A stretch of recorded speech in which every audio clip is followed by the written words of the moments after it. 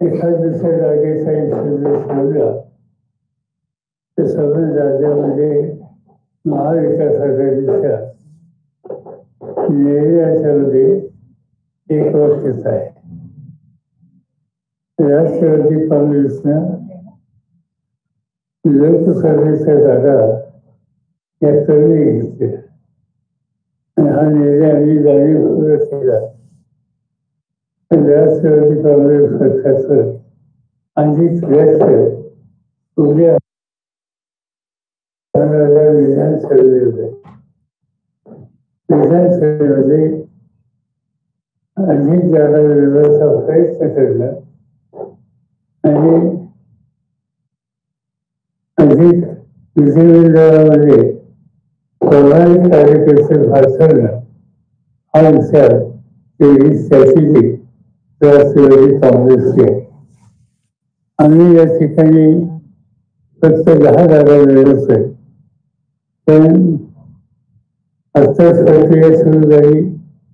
अजूनही काही ठिकाणचे फॉर्म भरायचे, पण तिथं हळूहळू जे महाराष्ट्रात दिसतंय ते महाविकास आघाडीचं दिसतंय की धनगर समाज यांना कुठल्याही परिस्थितीमध्ये सवलती मिळायचा अधिकार आहे. आज जे महाराष्ट्राचे उपमुख्यमंत्री आहेत देवेंद्र फडणवीस, त्यांनी बारामतीला शब्द दिला होता की आम्ही सत्तेवर आल्याच्या नंतर पहिल्या मंत्रिमंडळाच्या बैठकीमध्ये आरक्षणाचा निर्णय घेऊन राहू, हे सांगून आता जवळपास 8 वर्ष झाली. ते सत्तेवर होते, मध्ये थोडे दिवस नव्हते, आताही सत्तेवर आहेत. आणि त्यामुळे पहिल्या कॅबिनेटमध्ये निर्णय घेणार होते.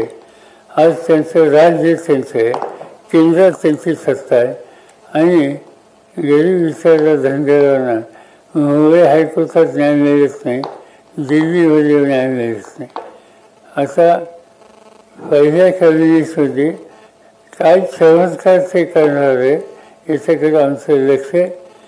पण जे काही निर्णय होत आहेत त्याच्या पाठीमागं राज्य आणि केंद्र सरकारने आपली भूमिका न्यायालयात योग्य पद्धतीनं मांडली नाही आणि त्याची किंमत गरीब धनगर समाजाला द्यावी लागते.